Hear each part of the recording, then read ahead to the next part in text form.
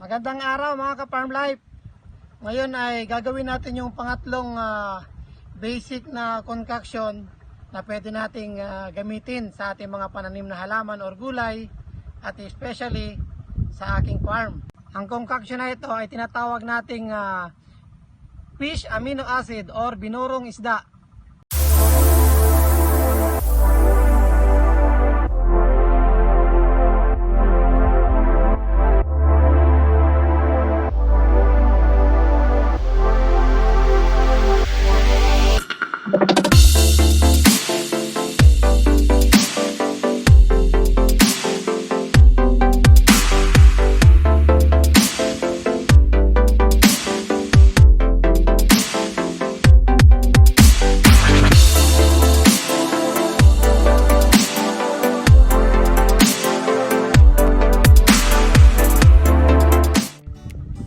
Mga ka-farm life, ang mga kailangan nating mga kagamitan sa ating paggawa ng concoction na binurong isda ay isang malinis na timba, yung hasang ng isda. Pakita mo ito, itutok mo. So itong hasang ng isda na to ay hiningi namin sa palengke kanina.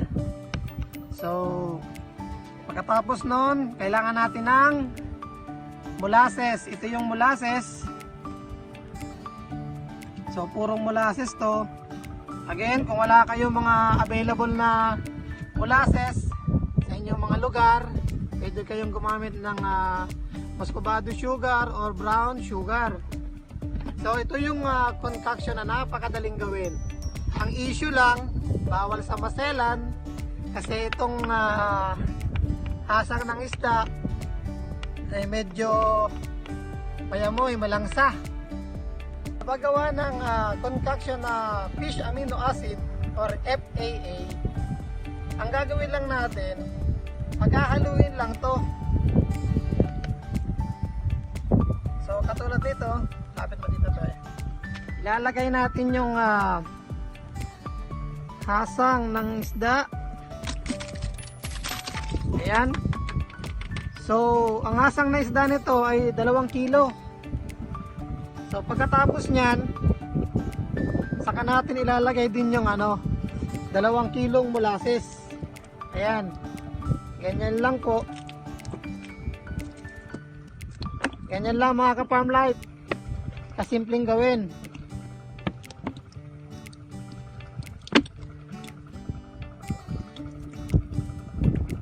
So ang fish amino acid, ito yung may pinakamatagal na pagbuburo or fermentation.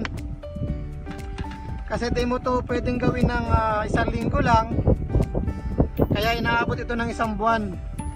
Pagkatapos nating haluin yung hasang ng isda at molasses, kailangan nating totally coat gamit tong kawayan na hawak ko.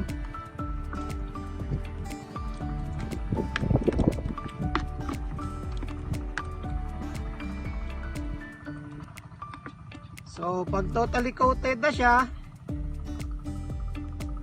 katulad ng mga naunang ginawa ko, ay tatakpan lang natin siya ng malinis na pantakip.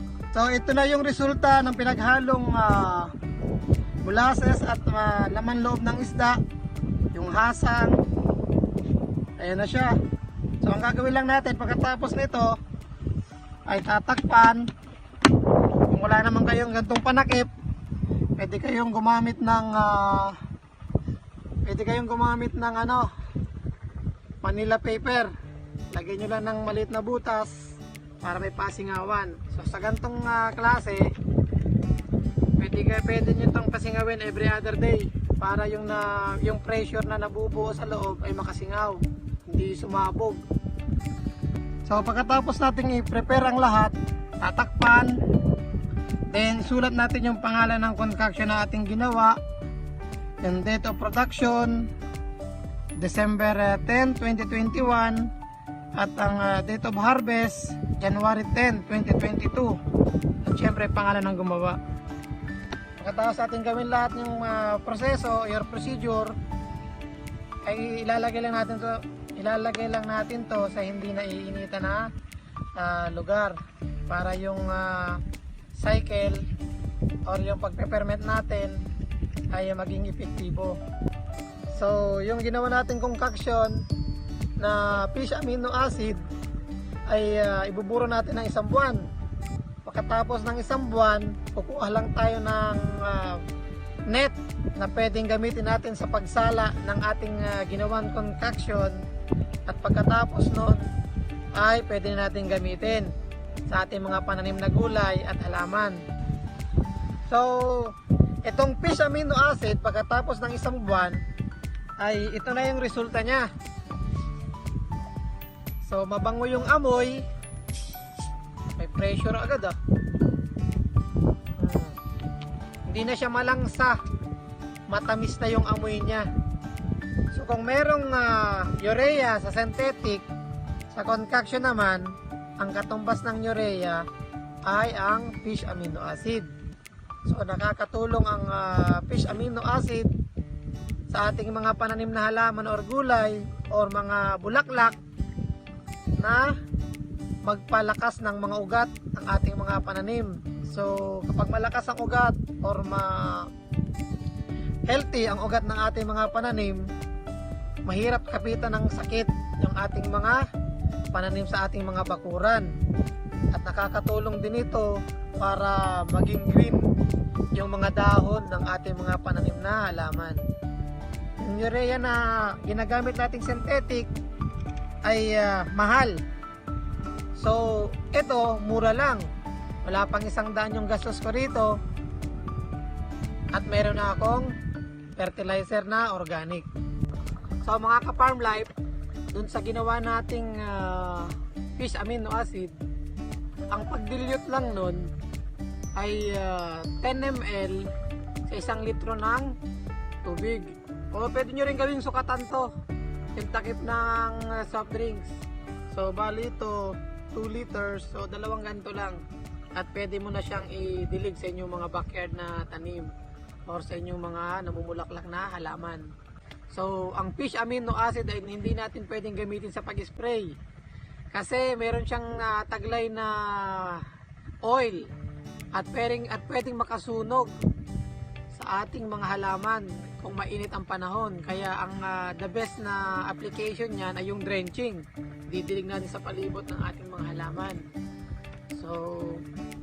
So ang fish amino acid, pagkatapos nating matapos yung process or your fermentation, pwede rin nating gamitin yon pampainom sa ating mga alagang hayop tulad ng baka, kalabaw, kambing, or manok, itik. Nakakatulong yon para magdagdag ng protina sa ating mga alagang hayop. Pampalakas din ang immune system nila yon. So kung gagamitin natin yung pampainom sa ating mga alagang hayop, ay magdidilute lang tayo ng 10 ml sa 1 litro ng tubig. Sabay yun na yung papainom natin sa ating mga alagang hayop. 1 week later. Titimpla ng fish amino acid sa ating gagamitin sa pagdilig ng halaman ay ganito lang. Imagine lang natin, imagine ito yung yung 1 lata ng sardinas. So 4 na balde to. So magtataka lang tayo ng 4 na lata ng sardinas.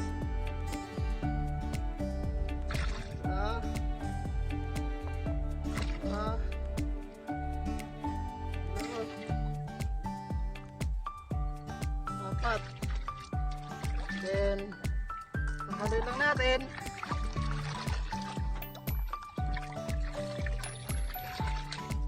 At ngayon pwede na siyang gamitin na pandilig sa ating mga pananim.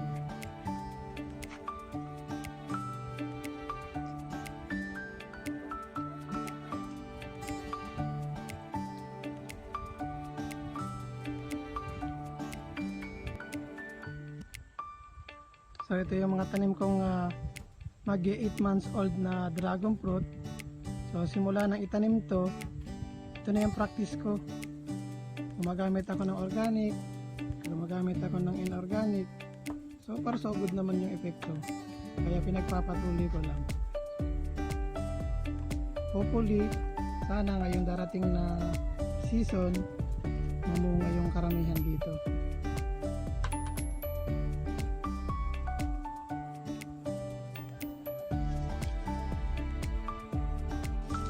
So sa pagdilig ng ating mga pananim, huwag nating ilalapit sa mismong katawan ng ating dragon fruit kasi pwede siyang masunog or simulan ng fungus. Kasi yung fish amino acid ay may taglay siyang oil. Kapag sobrang init, maaari siyang makasunog ng ating mga pananim.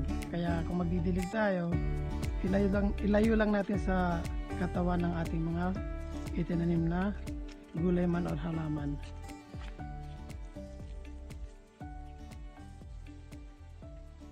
So mga ka-farm life, nag-a-apply tayo ng fish amino acid sa ating mga dragon fruit twice a week.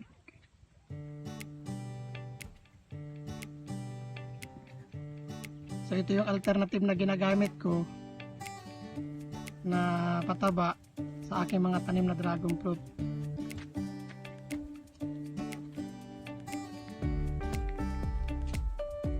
So, alam natin ang fish amino acid ay isang essential na nutrients ng ating mga pananim na halaman, kaya ito nakakatulong din sa paglaki nila.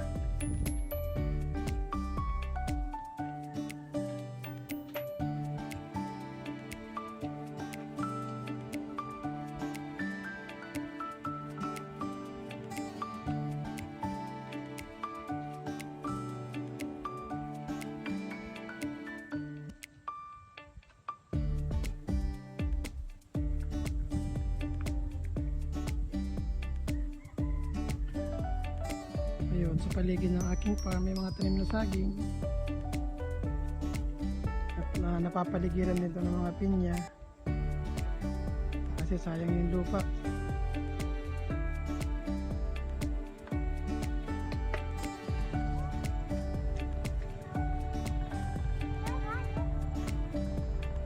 Malapit na matapos.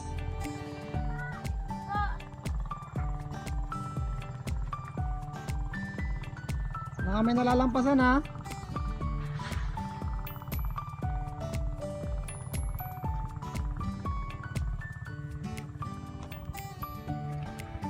Yun lang mga ka-farm life. Sana may natutunan kayo sa ating mga binahagi ngayon. At kung bago ka pa lang sa channel ko, huwag mong kalilimutang mag-like and subscribe para lagi ko yung updated sa mga videos na i-upload ko. Maraming salamat. Bye-bye!